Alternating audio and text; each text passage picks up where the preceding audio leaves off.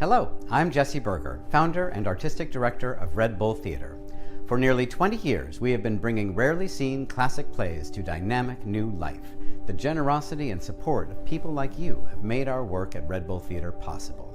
With our award-winning off-Broadway productions and revelation readings, we bring the finest theater artists together to share the special power of great classic stories, live, off-Broadway in New York City, and now, thanks to our online programming, around the globe.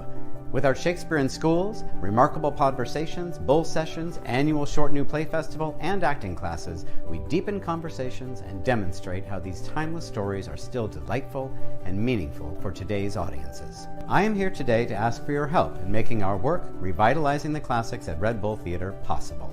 A donation of any amount makes a difference. When you become a friend of Red Bull Theater, you also receive great discounts and special access to all our work. Your donation is an investment in the vitality of classical theater. Thank you to all who have been a part of Red Bull Theater as a friend or patron over the years. With your support, we will continue to bring you great classic theater for many years to come.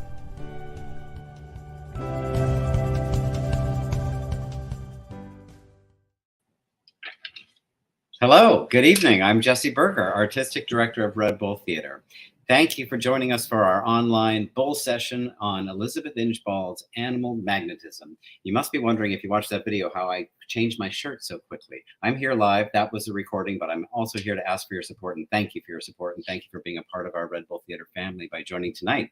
We did a wonderful reading of Animal Magnetism a few days ago on Monday, January 23rd. It was an online reading recorded at the Players Club in Manhattan, and it's available for a few more days for free online. If you haven't seen it yet, I encourage you to take it in. It's delightful. It's under an hour. And we produced this reading in partnership with the R18 Collective, with a fabulous cast under the direction of Jose Zayas. I'm pleased to welcome you again to this conversation, a bull session about the play with a wonderful scholar and one of those fabulous actors. Please welcome Misty Anderson, who's one of our partners at the R18 Collective and a professor at the University of Tennessee, Knoxville. Welcome, Misty. And there she is. And welcome also Alexandra Silver, who played Lizette so wonderfully in our reading last Monday. Hello, Alexandra. How are you? Hello. Very well. Glad to be here. Good. And welcome, Misty. Sorry, I didn't let you have a chance to say hello. It is great to be with you. Thanks for having me. My pleasure. And Misty, thank you. You're the one who introduced us to Inchbald and to this play a few years ago. And I read it while we were doing The Alchemist. And I remember thinking, oh, I wish we'd done this during The Alchemist, but we've got to do it next year because it's so much fun. And it has had some things in common with that play in terms of charlatans and tricksters, but it really is delightful. And I'd never heard the words, the names Elizabeth or Inchbald together. Certainly not in combination in the theater. So I was really glad to get to know some of her work, and I'm curious to learn more about her.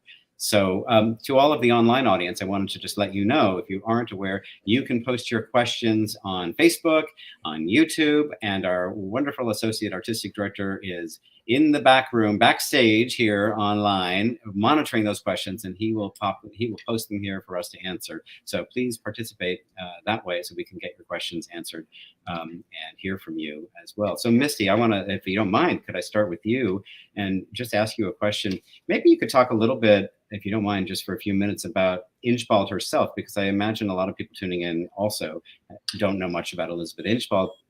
I was struck, here's what I know from reading a little bit about her, and maybe you can bounce from there, is that she was herself an actress who performed in touring companies. And I think her first play she wrote and starred in herself, which I just think is terrific. And it all makes me think of Moliere in addition to the play. So I'll hand it to you, Misty, and we'll just have an open conversation.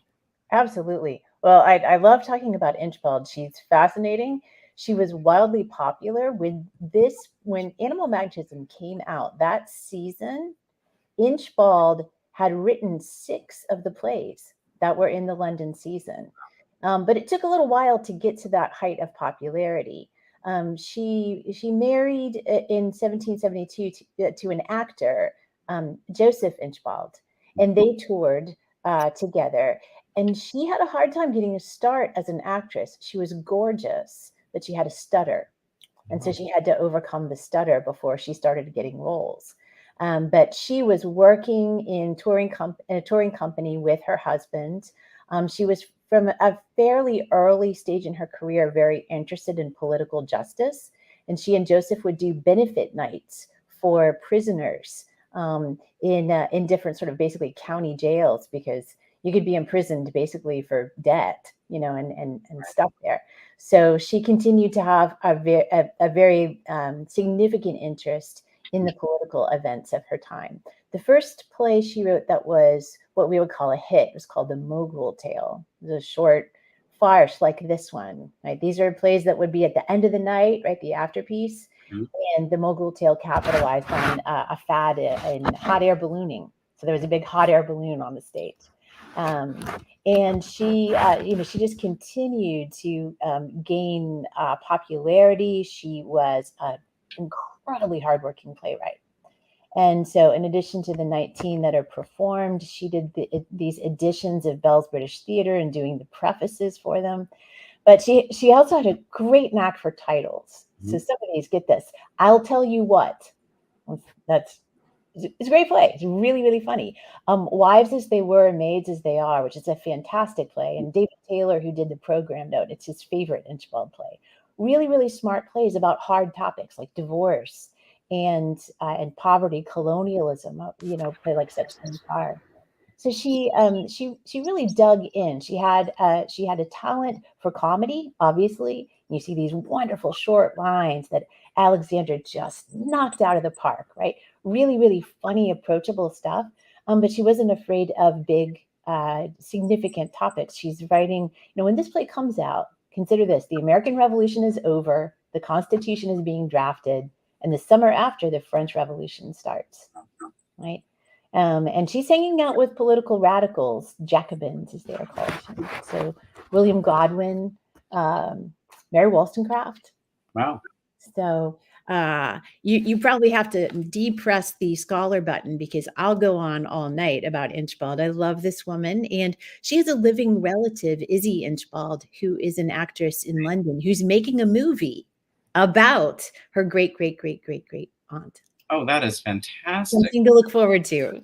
Great. Oh my God. Well, and of course, there's so many tidbits in what you just mentioned that I'd like to know more about. One of the questions I have is about these afterpieces, because I know you said this was written as an afterpiece. It would have been performed after a drama, perhaps kind of like a satyr play or that kind of thing, a satyr play. Mhm. And or someone mentioned to me the other day, and I don't know if this is true, where they also performed kind of like Noel Coward's Tonight at 8:30, where they performed as 3 short pieces all together. Would they make an evening of Inchbald's shorts or something like that?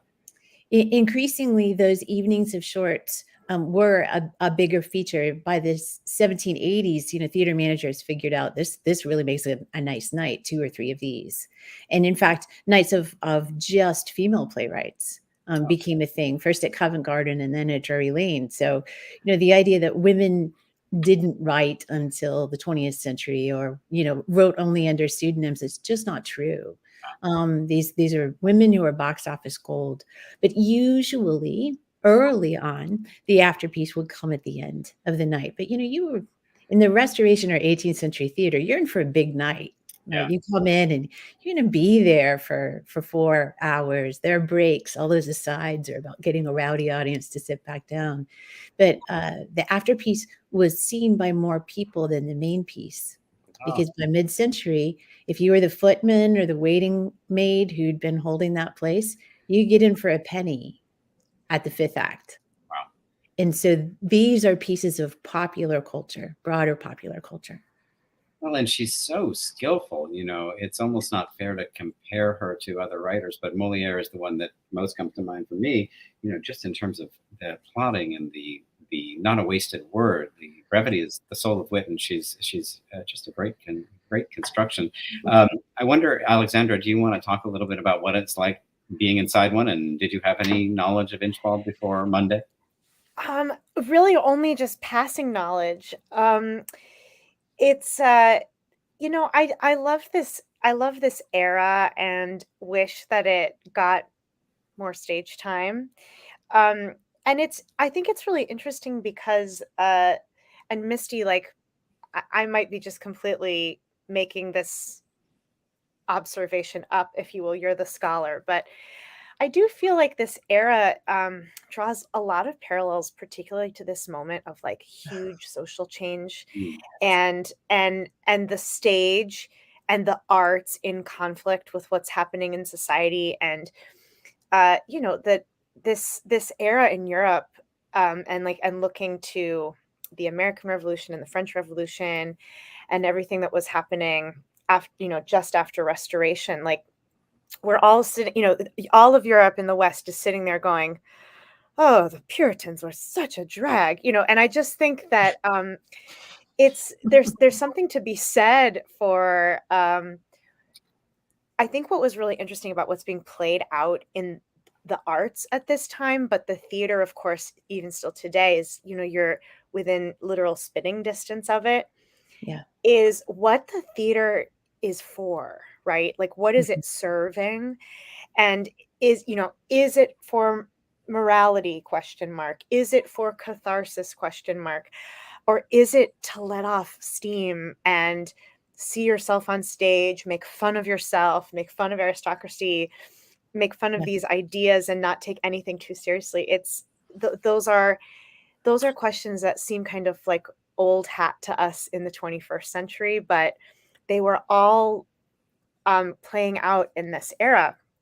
And I think what's really interesting, that is, I think the question that we're asking now, that in its own way, in the time period then, is who do stages belong to, right? Mhm. Like we're Mhm. asking that in a really different way in the 21st century, but that was being played out so profoundly in its own progressivism in this era, particularly with the role of women on stage and off and the Yeah. way they're portrayed. Would you agree with that, Misty? I don't want to say that I'm not an expert, but that's my opinion. Now, Alexandra, that's beautiful, and you really hit on the way that the sort of revolutionary moment, Mm, right, with so many of not just sort of political orders destabilized, but other ideas about where power resides. You know, I mean, this is a yeah, play that is making fun of quack medicine, right?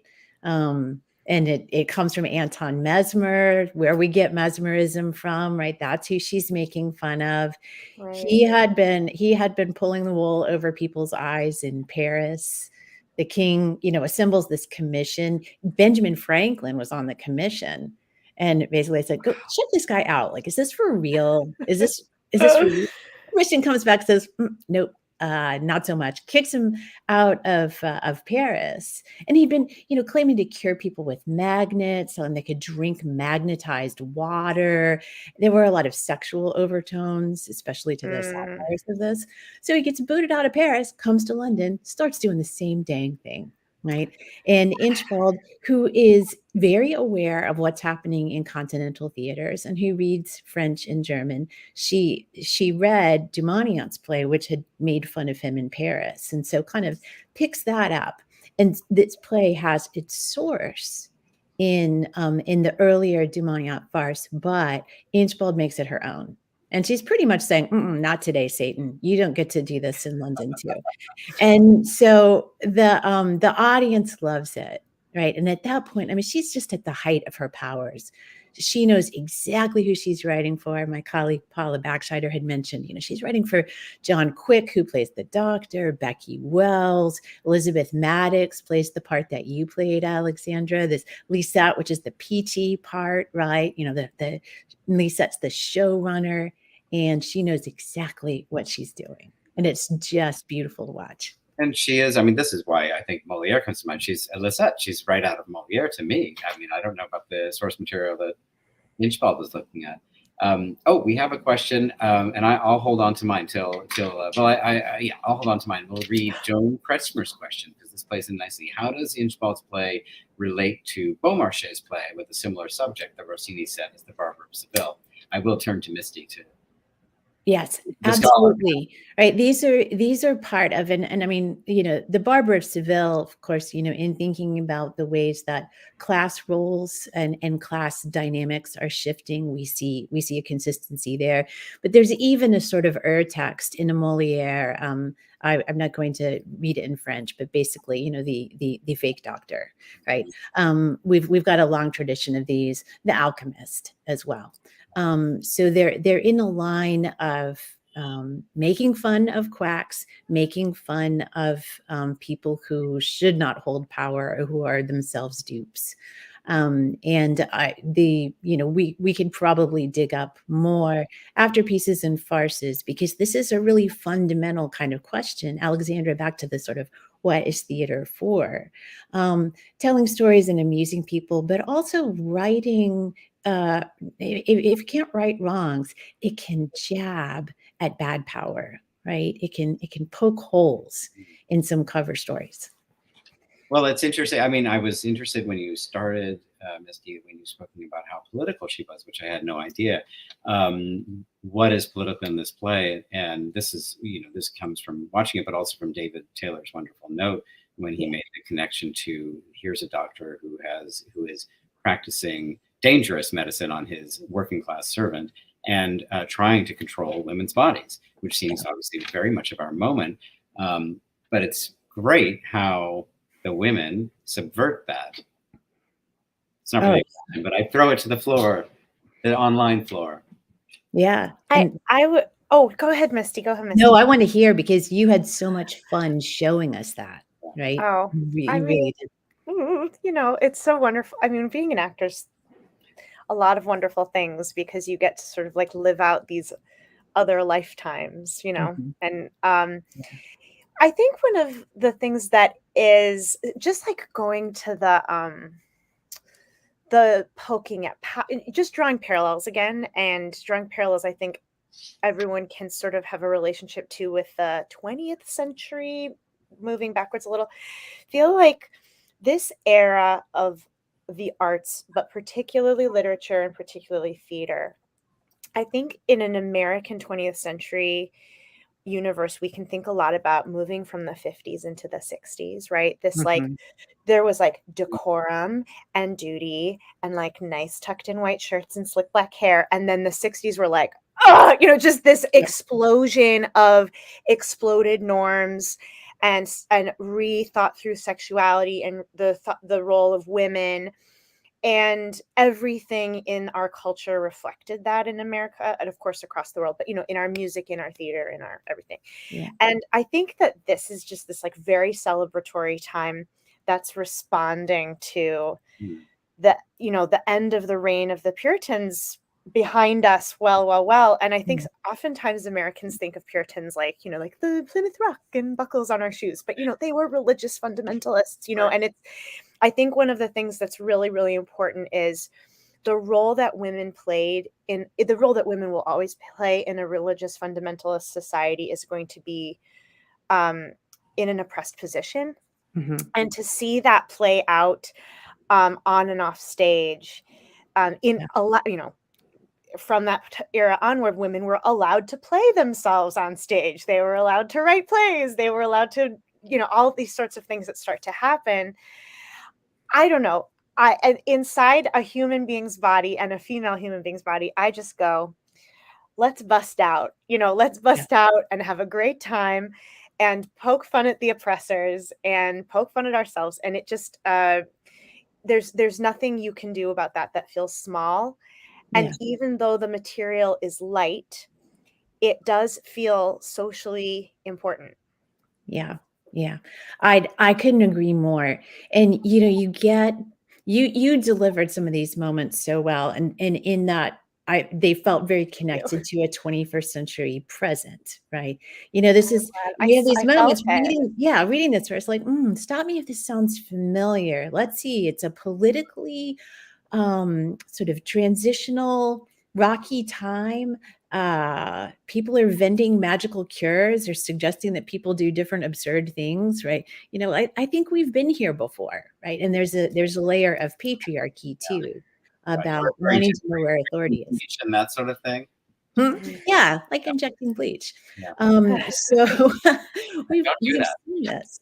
Yeah, we've seen this before, and I think that was one of the things I was just reveling in about your performance, and Carson, I think, really nailed this stuff too. Is the modern feel of the timing, right? Oh yeah. There's an early line where you say, we are so watched, and you said we are so watched, And like the clipped quality of these like bursty comic lines just feels so, it feels so immediate. And Totally. you all brought that to all of us. But the absurdities that are part of the comedy of this play too are about either making fun of people who think they have power, or in the case of Lafleur, understanding how to pretend to be one of those people, right? And he comes on with all this sort of, Music Man, Howard Hill energy, like, let me show you how it works, and sells it, My favorite line in the whole play is Lafleur's, where he goes, "It's like a river. You were familiar with a river, yes?" That's great. I Yeah. mean, like I what love that it. needs to, that could have been on Frasier. Do you know what I mean? It was just so, It's so oh, there, so and the good. fluid, right? Yeah, Which is yeah, a fluid. These things so are getting, they just. I'm not claiming timelessness. I'm just saying they're little portals, right, where we can really Mhm. feel. And They the joke doesn't have to be translated. It's the same joke. You didn't change anything. It works brilliantly. And that, I mean, just having done a lot of readings of old plays at Red Bull Theater for 20 years, we've done several Yeah. hundred readings. And the hardest ones to find are the comedies because, as you know, so much humor is topical. And so that's why you see a lot of Jacobean tragedies, but you don't see too many Jacobean comedies, Yeah. although we're happy to do them whenever we can. But finding them and finding the way for the topicality not to sink them for a contemporary audience is hard. Yeah. One, it was as easy as pie, and I don't think anyone was put off by the time period. Speaking of time period, Joan Kretschmer is asking a very straightforward question. What year was this play written and first performed? So it comes to the stage in 1788. The French Revolution. And it stays too, right? I mean, Dickens saw this. This stays on stage well into the 19th century. We know that George Washington saw it and thought it was hilarious. So That's great. Well, and Dickens there's a great quote in David's note. I don't have the whole quote, but he says it's such a wonderful farce, and he can remember, what does he say? Something about people hanging over the boxes like ripe fruit. They're laughing so hard. I love that. I mean, that if Dickens gave it a great review, how can we say no? how can you say no? Jess Baker has a question, and I love your icon, Jess. That's a Kermit the Frog on your screen. I don't know if you can all see that. Jess, thank you for this question. Because she was one of the first renowned female playwrights who also discussed many gender roles through sexual themes, did she face any attempts from others to end her career? Great question. Ooh, yes, great question, Jess. She definitely had some enemies, probably more for her politics, which were progressive. And she wrote a play called Everyone Has His Fault, that one of the reviewers sort of took liberties and talked about the cloven hoof of the Democrat showing, beneath the hem of the skirt.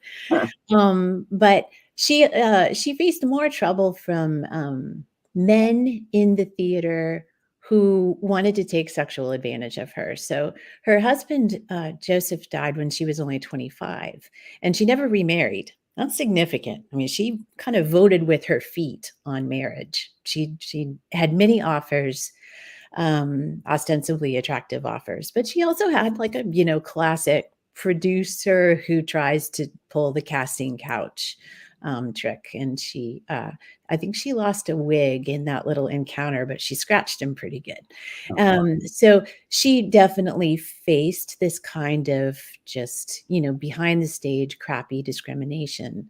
But she was an incredibly disciplined playwright. As I said, she just kept turning it out. She knew how to do it. She got better and better. And she knew how to handle her finances too. So every time she got paid, playwrights would get paid on the third night. The show has to make it to 3, and then you get paid on 6 and 9 again. After her third night take, she would the next morning have a meeting with her banker.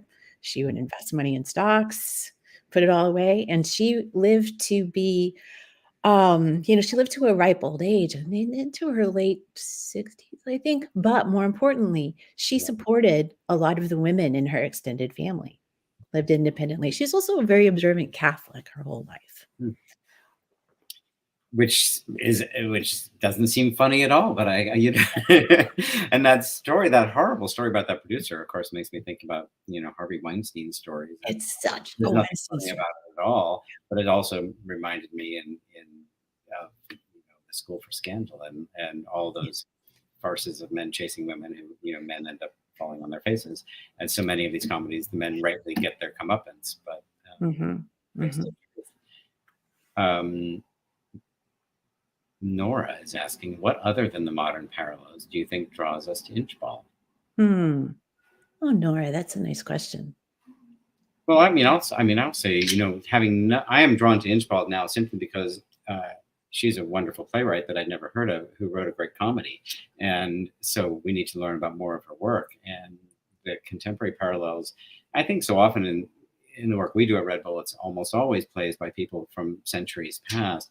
So the modern parallels for me are always secondary. Does the play work? And then I start digging to find out if what parts of the play are working because of modern parallels. So, I don't have the answer to your question, Nora, but maybe Misty or Alexander has a better answer. Yeah, I don't know that I have a better answer, except that this is we're encountering this kind of theatrical intelligence in Inchbald that's tracking her own sort of modern world and really understanding how to skewer power, how power circulates by gender, by age, by financial status, and showing us that, giving us some whole characters, even in the farces. She writes full-length comedies. She also wrote some tragedies, but she was definitely a strong comic writer. I have a yes. Well, Amy asked, did Inchbald write serious plays as well as comedies? But I think you just answered that. She wrote one tragedy that we know of. Yeah, The Massacre, which is a really, really intense piece. It's really remarkable, and it's got an almost postmodern feel to it, and it's about the French Revolution. So maybe it should be done in tandem with Danton's death, so that you can have the women's perspective alongside the male perspective there. This is a little bit of a rabbit hole. So tell me, Misty, I'm curious. When I read that she had edited an edition of Best British Plays, or what was the title of the collection? A collection of British drama. Yeah, Bowden's British Drama, and then there are Bell's British Theatre. They're these big collections which really start to spring up in the 70s. And Lisa Freeman has written a beautiful piece about this. But yeah, I'm sorry, the question. A little bit of New York City. You can hear the sirens on 7th Avenue here. We are in Manhattan, Chelsea, on the land of the Lenape peoples, where there are lots of sirens. The question I had was really was a long shot question, which was really about what I'm curious. Is there any of the plays in those volumes that she really loved, that she talked about? What were the kinds of theater that she appreciated? I mean, she loved Shakespeare. Some of these prefaces are to, sort of 18th century Shakespeare, which gets amended and performed differently. She had a deep respect for so many of her contemporaries. Erin Hill. Let's see. Sheridan is a contemporary, and so yeah, I don't have a really good list of the prefaces that show what she loved the best. Mostly what they show is that she was turning these around. The production schedule for the print volumes was brutal. And so as soon as she got done with a preface, after sort of sitting with this play for a couple of days, writing this, was the next one. So it was close to 80 plays that she winds up doing prefaces for in this very short period of time. It's like a 2-year contract. So she's still, writing on her own too. Amy would like someone to say something about the character of Jeffrey. I don't mean to put a tone on your question, Amy Merrill, but I can't help myself. Amy says, I was intrigued by his injuries, then felt that he disappeared suddenly. I agree, Amy, and I wanted to know more too. Yeah. Is it okay if I sort of turn this around on Alexandra? Because I'd love to hear, how Jose and the rest of the cast talked about Jeffrey. Of course. I mean, well, the truth is we were just like, this is what is happening because we're doing this in 4 hours. It was very but I will say, as somebody that understands writing structure and play writing structure, I will say this, that one of the things that Jeffrey serves as a character is, oftentimes in literature and theater, we don't just have like the deep, intense humanity of meeting these characters and getting to know them and care about them. They also serve as crucial story and plot point devices. And what Jeffrey serves in that very, very first scene is he is a display of the audience that we are about to rib, right? We're about to, in this play, the emperor has no clothes. And Jeffrey is an example of a person that has decided to pretend the emperor has clothes on, right? And that's what we're about to take apart. That's what that the girls are about to take apart, right? With Lafleur, is Jeffrey is so under the spell of this quack doctor that he's like, yes, take out my eye. Thank you, right? Ah, my limping leg. Thank God you saved me from that crazy dog. He is displaying for us, the audience, through his actions, the way people treat this doctor, and must be stopped lest the rest of the town end up looking like Jeffrey, right? And so that's really what he's serving. And I think, in all honesty, the reason that he quickly disappears is because I'm sure that in the time the play was performed, the actor, like in our production, was a doubling actor that had to come back in the final scene as Picard. So that's likely what happened. And sometimes that's precisely why a character is there. And ultimately, I'll just say something about that as an actor. If you find that you are saying something and you realize that you're in the playwright's mind, etc. I think the most important thing to remember as an actor is, in the modern context, being an actor is a very glorious job, and there's, we take the word celebrity from the word celebration, but this was a different time. Being an actor was oftentimes really very much of a service industry, and I like to think of it that way myself now.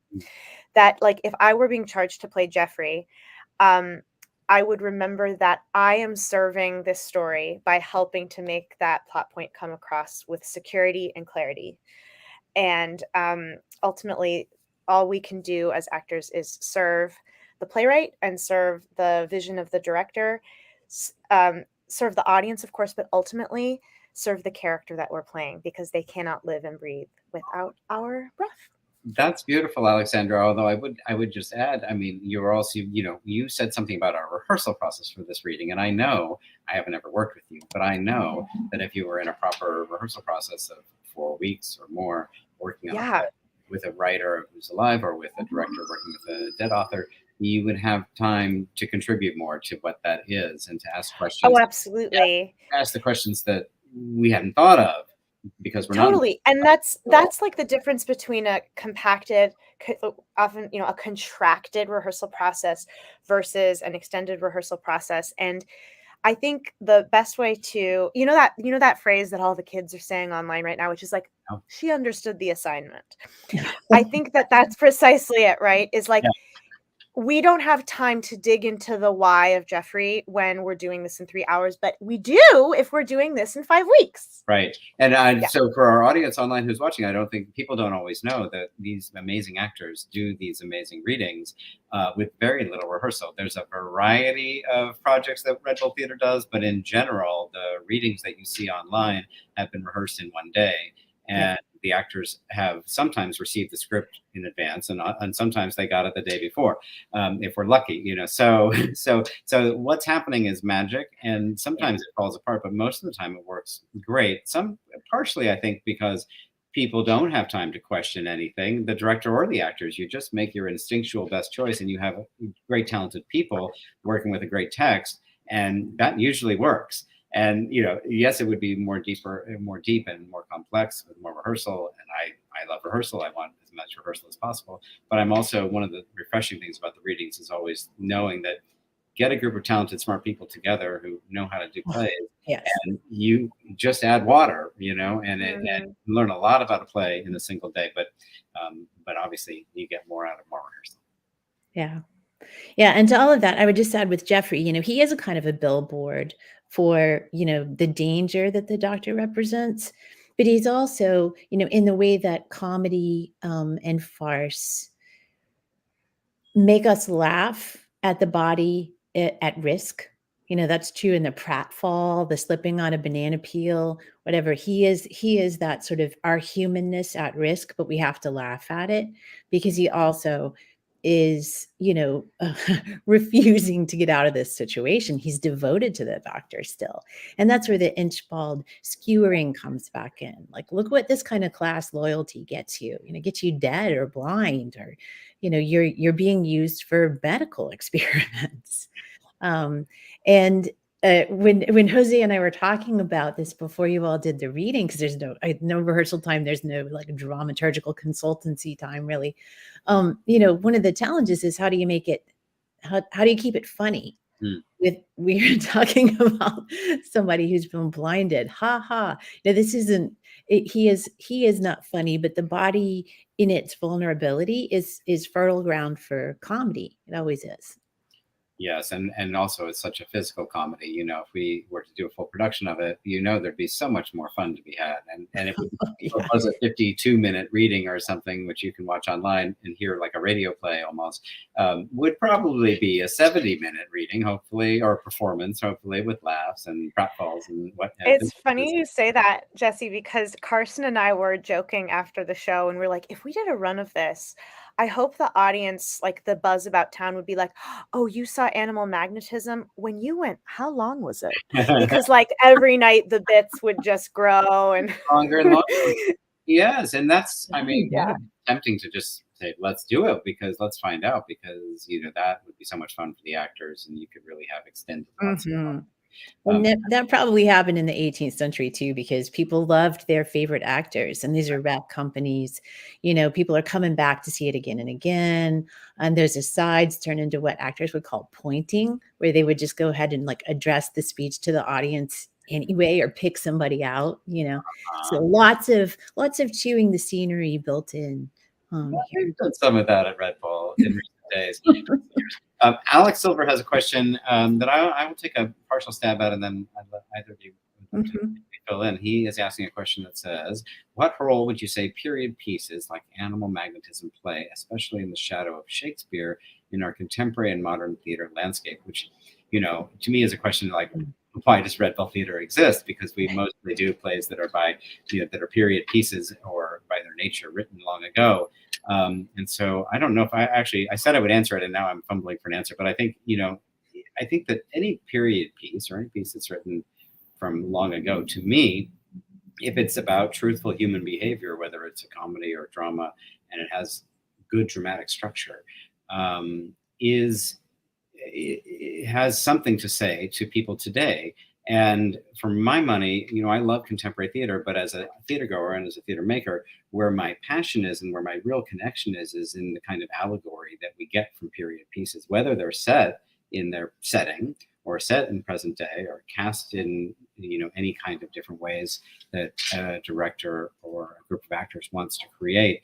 The applying the contemporary imagination to them is wonderful. The elemental things in these plays from periods gone by are the things that connect us to our shared humanity down through the ages, and we can learn from them and grow from them. Yeah. My answer. Well, Alec, I love your question because it really gets to the founding of the R18 Collective. We're a group of scholars who really believe that this period in Alexandra, I'm so glad that, you're great at it, but I'm glad you really get it and love it, because it is an underperformed piece of theater history that is so accessible, I believe, right now, because these are stories about what it's like to live in a society where class is now a sort of economic construct as opposed to a function of which family you were born into. It's the period in which we start to see modern forms of gender really take their shape. And with that, modern forms of sexuality, even, proto-sexual identity arguments. It's obviously an age of empire, but that floods the market with a lot of goods, and it does so at the expense of human suffering all around the globe. Not to be a Debbie downer here, but like we are living in the long 18th century. I think. Like my dissertation advisor used to say that it's not a period, it's a periodical, and it's still in print. We're working out these sort of lab school experiments that the American Revolution sets up that we're still running. And, as we bump into the limits of things like identity or questions about how class really operates and whether it's calcified, we're back here, in this territory. And that is different than the Shakespearean canon, for sure. It's asking more modern questions. And I feel like we need to grapple with where some of this conversation started if we're going to understand where we are now. That's great. Can I turn it slightly different to you, Alexandra, in terms of your interest in acting in these plays? Because I know when we just met last week for the first time, and I was really thrilled to know that you had a background and interest in doing classical theater and period plays, and maybe you could speak a little bit about why. Yeah, well, I mean, I echo what both of you are saying, and that in general, wherever human behavior is playing out, I will turn my gaze and offer my enactment and my heart and soul, if you will. But what I think is really interesting, and I'm going to say like a really subjective answer here, but right now in our world, we're seeing so much upheaval, and I think there's the way it seems to be playing out post coronavirus and post the social upheaval of 2020, etc., is there's like the real escapist route of really leaning into laughs and entertainment. Yeah. And then there's the like, we need to talk about what happened route, right? And I know for myself that I found the events traumatizing enough that spending more time with it and then also paying to spend more time with it feels really, really emotionally challenging for me. And I don't think I'm alone, And one of the things that I think this is true in art, I think it's its function, right, is that when we are inside, and again, I'm just speaking for myself, but when we're inside a human emotion like grief or trauma or sorrow or love or whatever it may be, but particularly the difficult emotions, it's almost too exquisitely painful to look at ourselves, right? Like to actually look at a literal reflection of our humanity in a mirror. It is, I think you can really reach people by telling them allegorical stories and giving them a space to meet you and elect to change and elect to see rather than smashing it in their faces. And there are times and places for that, right? Obviously, like Bertolt Brecht in the 20th century is, their Fremdungseffekt was not messing around. But I think that what I find so beautiful about classical theater and classical works in general, including visual art, is that there's this space where the art and me, my soul, can meet, and there's space for me to fill in my experience in a way that is a different experience in contemporary theater and contemporary storytelling. And for me, when I'm in a moment of exquisite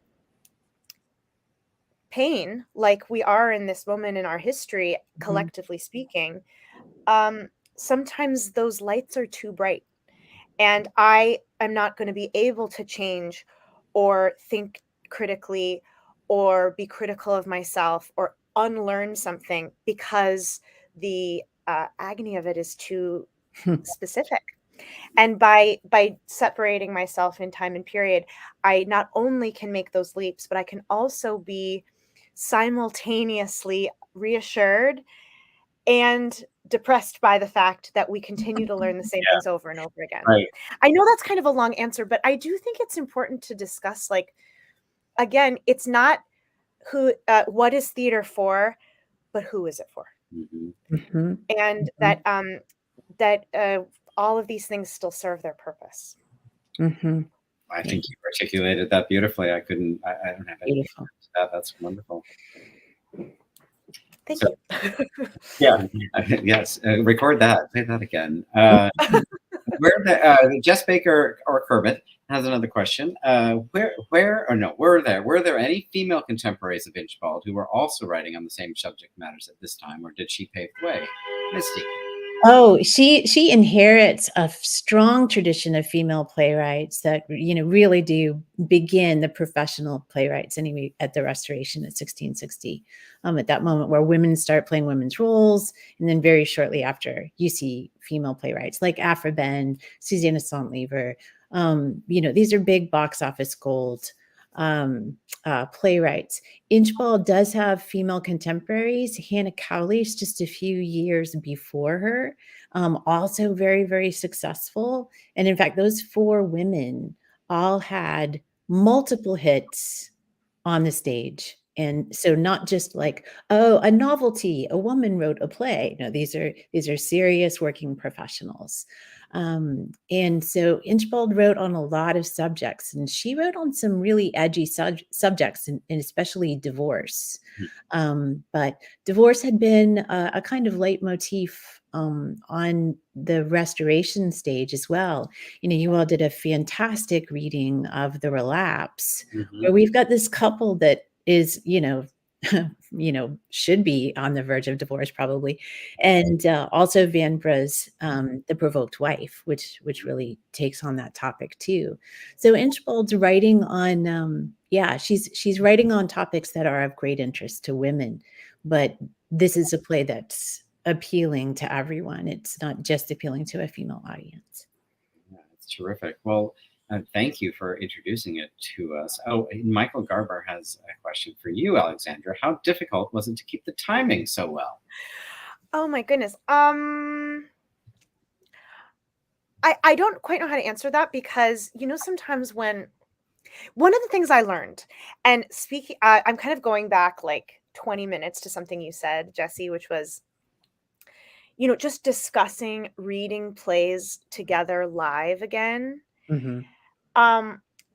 I know that during the pandemic, like a lot of people, but I have to say, I think particularly theater actors, there's only so long you can go hearing that you're deeply unessential, right? Like you're just like, do I do anything of value? Do I have skills? You're just sort of losing your mind, thinking like, I should have gone to law school, but I'm just joking.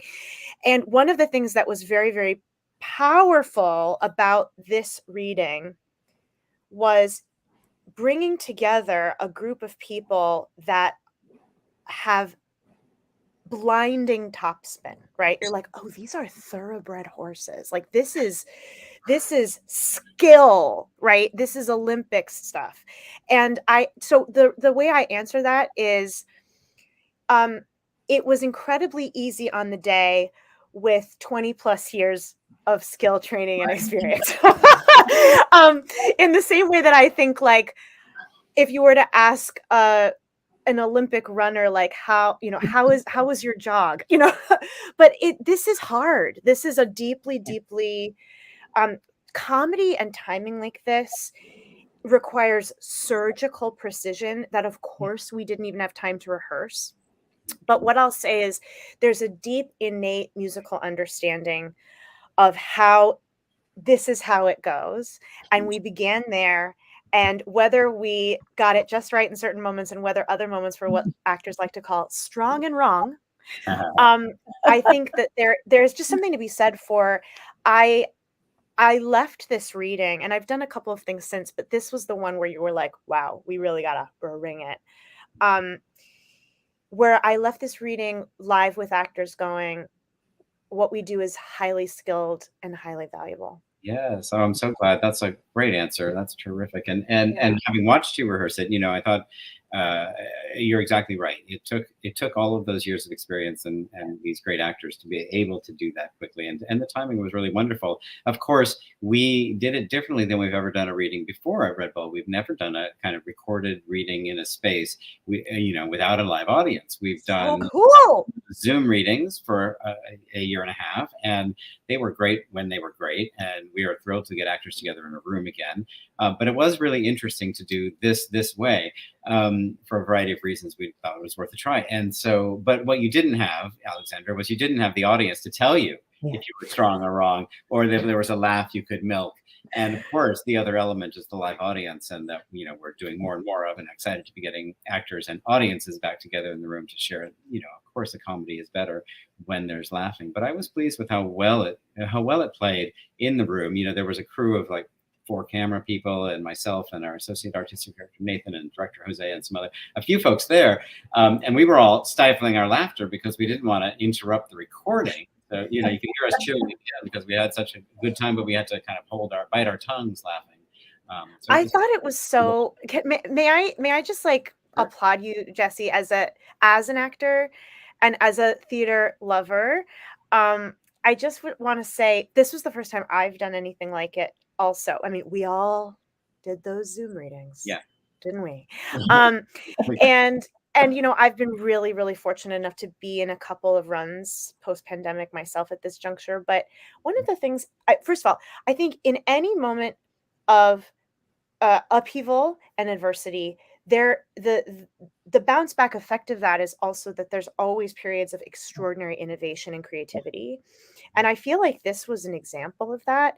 And I think the most beautiful thing that came out of the pandemic, which I say, by the way, with I don't speak of silver linings blithely. We lost a lot of people. It was a very serious thing. I just want to say, though, that if we're going to look for those, I think what really came out of it in the theater industry was accessibility. Mm-hmm. And I marvel, Misty was so generous enough after the reading to write me a note. And I thought, she goes, I would have given anything to be in the room. And I went, but you didn't have to be. Right. And this is accessible to anybody that wants to participate. And sometimes, there's a question down here from Christina. What obstacles do you see to bringing underperformed plays like this to the stage? Sometimes it's proximity, and sometimes it's cost. Yes. And what Red Bull did in this instance was it eliminated both of those. And it was an honor to be a part of that. Thank you, Alexandra. And thank you, Christina, who's one of our partners on R18 Collective. I don't mind outing you if you don't mind being outed, Christina. Thank you for asking that question. I mean, the straight answer that as a producer that I have to say is that it's almost 100% cost, because if it's a great play and it deserves to be seen, then as an off-Broadway company, a small off-Broadway company, Red Bull, we have to very carefully decide what we're going to put so many shekels into to bring to fruition to a production. So it is almost entirely about cost for us, and not all, but the choices of when to produce a production, is most of our annual budget goes into that. And the readings are expensive too, but they're not nearly as expensive as a full production. But while you're saying that thing about accessibility, I do have to make a proper pitch to the audience who's watching and enjoying our online work. One of the things that's happening at Red Bull Theater this year is that we really are testing and investing in the viability of continued online access. We love it. We love that there's an audience globally for our work. What we don't know yet is whether there's an audience globally for our work that will support it enough for us to keep doing it. We have a community here in New York City that is slowly coming back to the theater live and in person, and we want you back live and in person, folks. We need you back live and in person to do more theater. And we want to continue sharing online programming with as robustly as we can to as many, for exactly that reason, Alexander, for the access reason. I know there are people in Texas and Alaska and beyond that want to see these readings, that want to stream our productions. And so I am making a direct appeal now because we need your support to make that continue. And this is the year when we're testing it out to see if the support is there for it to continue.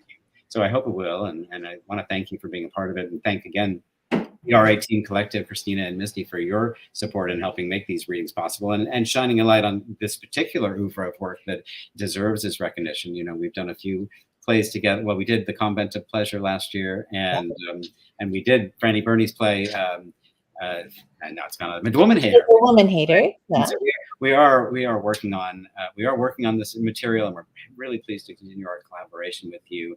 I want to point ahead also, just before we say goodnight, we're coming to the end of our time, to a couple of things that are coming up at Red Bull Theater. We are doing, I hope you'll come out for a tragedy, folks. I know Alexandra said that all people want us to laugh right now. Did you say that? I'm not. That's not what I said. That's not what I said. I said